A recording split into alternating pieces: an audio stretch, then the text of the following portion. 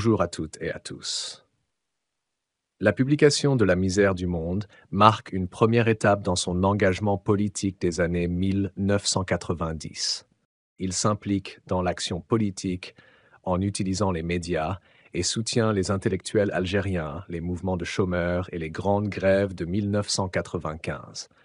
À force d'enseigner que les dominés doivent se méfier des effets de l'intériorisation de leur domination, que la résistance peut prendre des formes qui reconduisent la domination qu'elle dénonce. La leçon du sociologue a valeur de dissuasion. La rhétorique qui, insidieusement, stigmatise sous les dehors de l'objectivité les excès de la juvénilité et les abus du ressentiment, mobilisés dans les mouvements de contestation, retourne les discours prophétiques en leçons d'inertie. Or, c'est dans la résistance à la domination que les mouvements de contestation éprouvent leurs propres limites et peuvent découvrir les moyens de leur dépassement. Une sociologie qui se fonderait sur cette possibilité dérogerait-elle à son statut de science?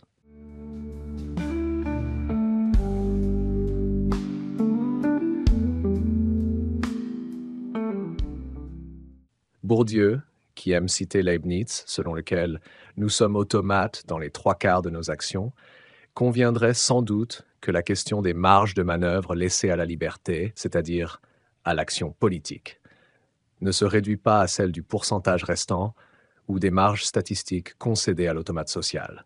Le problème est celui du potentiel d'autochangement dont parlait Marx, ou de flexibilité de l'habitus.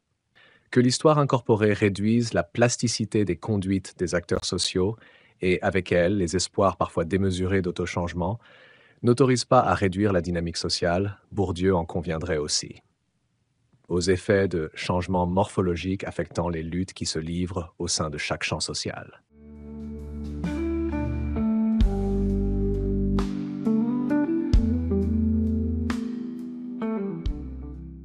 Il convient alors de se garder des interprétations abusives.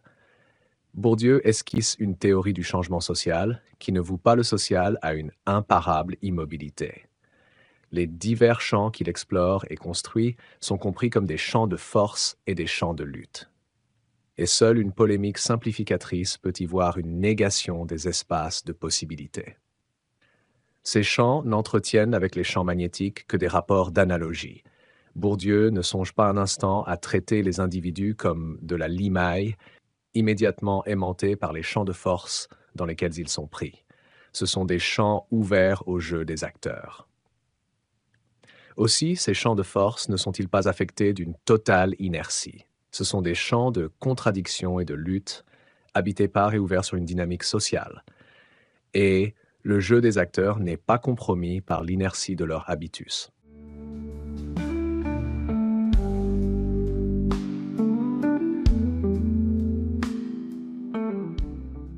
La notion d'habitus permet de penser l'inscription du social dans l'individuel sans prendre l'individu, ni dans un conditionnement en extériorité, ni dans un emprisonnement intériorisé.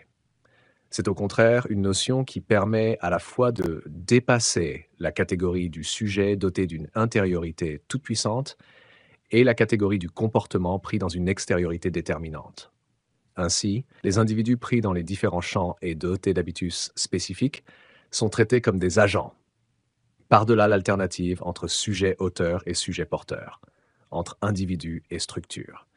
Mais si le rôle attribué à des agents qui, en s'affrontant dans un champ donné, en déterminent la trajectoire, permet de détrôner l'auteur omnipotent et le porteur impotent de l'action sociale, reste à préciser quand et dans quelles conditions les agents deviennent acteurs, et en un sens qui ne doit plus rien aux philosophies de la conscience, sujet.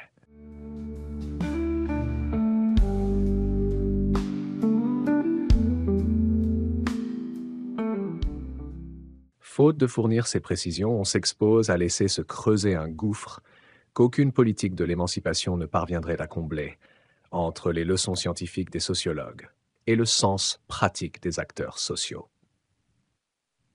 Bourdieu est tenté en permanence de renvoyer dos à dos le conservatisme réaliste et le volontarisme utopique. Cette fausse symétrie permet de dénoncer dans l'aveuglement du second sa complicité objective avec le premier, entre la politique qui se construit en stigmatisant des déviations et une sociologie qui se légitime en risquant de semblables opérations. Faut-il choisir? Pourtant, Bourdieu tente d'échapper à l'alternative qu'il récuse en traçant les contours d'une utopie rationnelle, un utopisme sociologique, c'est-à-dire réaliste.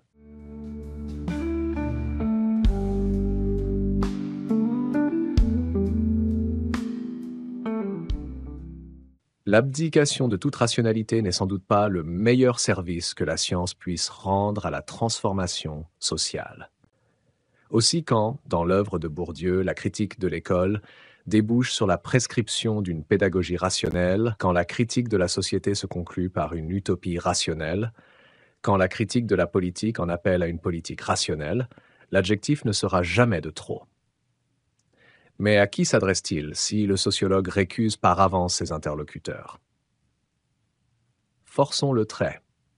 Si l'utopisme sociologique est inaudible pour les responsables politiques, très peu probable parmi les intellectuels et inaccessible aux dominés, la sociologie se trouve alors dans la situation de la sociologie critique de l'école de Francfort, dont elle entendait pourtant se démarquer. Son message s'adresse à des acteurs sociaux qu'elle ne parvient à identifier, quand elle y parvient, que pour mesurer la distance qui les sépare des exigences de la raison. Or, la voie existe, que la sociologie peut aider à découvrir, pour peu qu'elle se le propose, à d'une politique qui construise sa rationalité dans le cours de son développement, parce qu'elle se fonderait sur la rationalité, sans doute partielle, toujours fragile, de ses acteurs.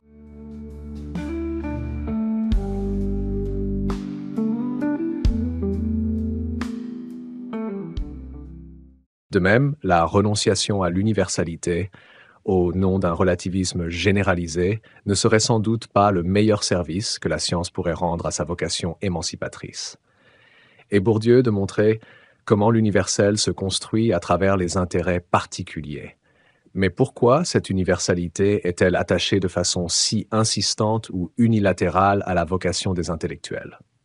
Afin de justifier son appel aux intellectuels pour qu'ils défendent l'autonomie de leur champ, au nom d'un corporatisme de l'universel, Bourdieu place sur un même plan toutes les forces qui compromettent cette autonomie.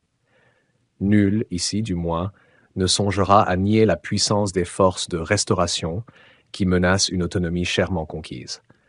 Mais pourquoi s'en tenir au partage déjà institué et aux luttes qui se livrent, littéralement, en champ clos du côté des dominants? Peut-on négliger le surgissement de nouvelles figures de l'intellectualité et tenir pour secondaire le corporatisme de l'universel à l'œuvre dans certains mouvements sociaux?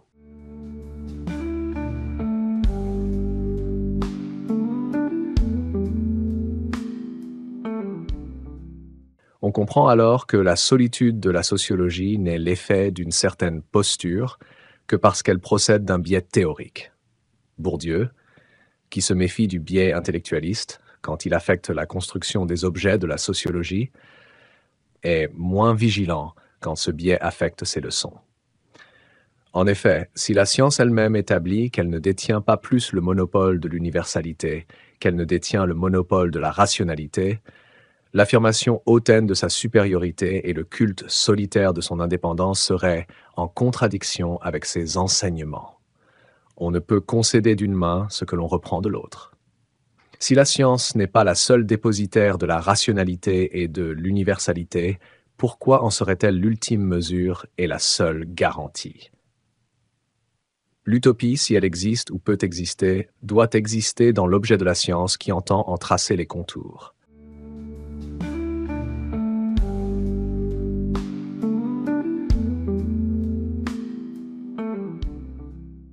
Bourdieu, pourtant, ne rabat pas totalement les tentatives de l'utopie sur les tentations de la magie. Il reconnaît les effets d'une certaine dose d'utopisme qui, présente dans les mouvements d'émancipation, peut même contribuer à créer les conditions politiques d'une négation pratique du constat réaliste, et que l'utopie trouve sa justification scientifique et sans doute politique dans la démolition d'évidences qu'elle opère et qui contraint à porter au jour les présupposés de l'ordre ordinaire. Le paradoxe utopique brise la doxa. Et c'est, notamment, au nom des revendications insoupçonnées qui ont été portées sur la place publique par les mouvements écologiques, antiracistes ou féministes, entre autres, qu'il en appelle à un élargissement de la vision politique. Mais du même coup, les mouvements sociaux sont crédités d'un pouvoir de révélation qui, loin d'abaisser les ambitions de la science, appelle au contraire à en rehausser les exigences. Comment ne pas reconnaître alors que c'est le changement social lui-même qui est habité d'une utopie rationnelle?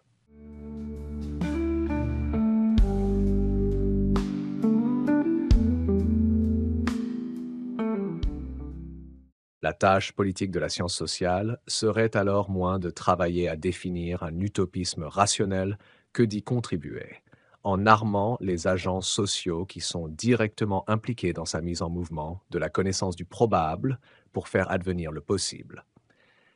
Et Bourdieu est, sans nul doute, engagé dans cette tâche quand il récuse avec raison les reproches de fatalisme fondés sur la confusion entre le certain et le probable, et affirme son refus du sociologisme qui traite le probable comme un destin. Mais si le probable n'abolit pas la possibilité, c'est-à-dire l'utopie de Bonalois, comment Bourdieu pense-t-il le possible? Certainement pas selon le modèle de la création pure, l'imprévisible nouveauté d'un Bergson. Certainement pas non plus selon le modèle de la préformation germinale qui réduit le possible à l'accessible inscrit dans un patrimoine ici social, de champs de force hérités et d'habitus contractés. Le possible ne se laisse pas rabattre sur le probable, du moins si l'on entend par là la plus forte probabilité. Le probable, en effet, se situe à l'embranchement de deux variétés du possible. Le possible avalisé qui se réduit à l'accessible et le possible contrarié qui s'ouvre à l'éventualité. Le probable ouvre sur deux modalités d'action, celle de la rationalisation du probable qui le reconduit et le renforce, et celle du refus du probable qui l'infléchit ou le déjoue.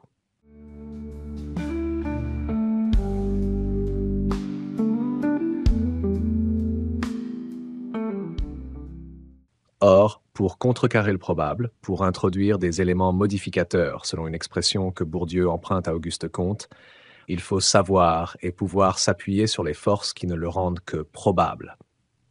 Chez Bourdieu, les conditions de mise en mouvement de ces forces restent généralement opaques.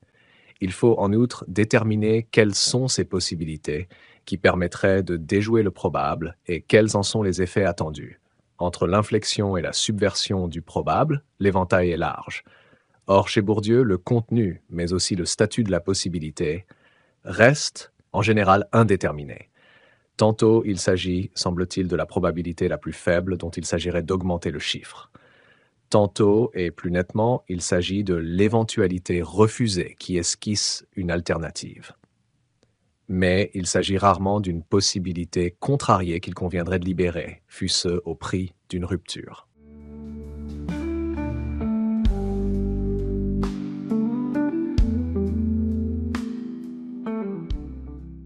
Je vous remercie d'avoir suivi cette vidéo. N'oubliez pas de la partager sur vos réseaux. Abonnez-vous pour m'encourager. Merci encore et à la prochaine vidéo.